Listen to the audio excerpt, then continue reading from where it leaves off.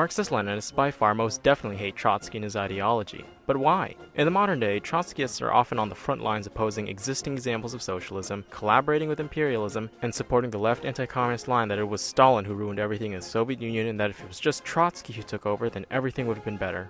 Fidel Castro said it best. Even though at one time Trotskyism represented an erroneous position, but a position in the field of political ideas, Trotskyism became, during the following years, a vulgar instrument of imperialism and reaction. To understand how Trotskyism became a vulgar instrument of imperialism and reaction, it is necessary to understand its emergence from its early conditions of being an erroneous position during a time of ideological struggle in the Soviet Union. Luckily, Harry Haywood in his biography, Black Bolshevik, explains exactly how things went down in the USSR. Haywood was a black American studying communism in the USSR during this period, and he explains the context of the ideological struggle at the time. He goes on to list the areas where Trotskyism diverged from the norm, namely its position on the peasantry, permanent revolution, and the national question. MLs disagree with each of Trotsky's position on these issues. Trotsky believed that the peasantry would have a hostile relationship with the proletariat. This was completely against Lenin's position of the revolutionary alliance between the workers and peasants, which is exemplified by the iconic hammer and sickle. Haywood also notes that Trotsky's entire position reflected a lack of faith in the strength and resources of the Soviet people, the vast majority of whom were peasants. Next, permanent revolution is the idea that socialist victory is only possible only if revolution is continued in other countries. It sounds good, but it ignores the historical and material conditions of reality. By 1923, communist movements were defeated in Germany, Italy, Poland, and Bulgaria. The world revolution that Lenin and the communists were hoping for simply didn't happen.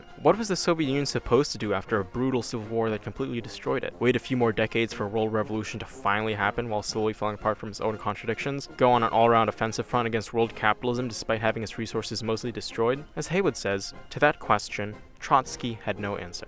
Finally, the last difference was on the position of the national question. Trotsky downplayed the national liberation movements of people in Tsarist empire. From this chauvinistic aspect of Trotskyism, we can start to see the crumbs that later led to Castro denouncing Trotskyism as a tool for imperialism. Haywood details the period of ideological struggle in the Soviet Union. The struggle raged over a period of 5 years, 1922 to 27, during which time the Trotsky bloc had access to the press and Trotsky's works were widely circulated for everyone to read. Trotsky was not defeated by bureaucratic decisions or Stalin's control of the party apparatus, as his partisans and Trotskyite historians claim. He had his day in court and finally lost because his whole position flew in the face of Soviet and world realities. He was doomed to defeat because his ideas were incorrect and failed to conform to objective conditions, as well as the needs and interests of the Soviet people. So the myth that Trotsky deserved to be Soviet leader due to a misrepresentation of Lenin's testament is just that, a myth. It was the Soviet people themselves that decided his ideas were incorrect, which they were.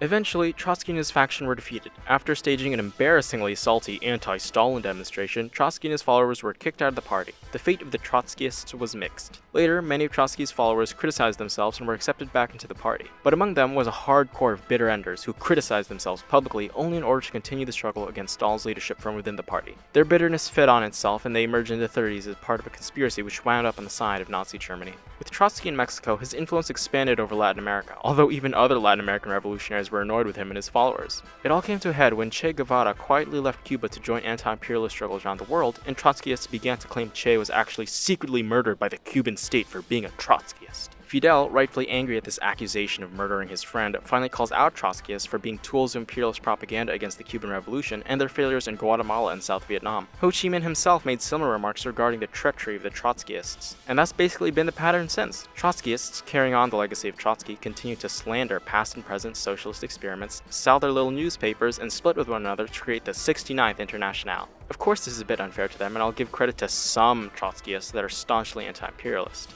So the theoretical and historical struggle between Trotskyism and Marxism-Leninism explains why we MLs view it as a mostly garbage tendency. Plus, Trotsky could never be as thick as our boy Uncle Joe. Isn't that right, Daddy? Yes, my son.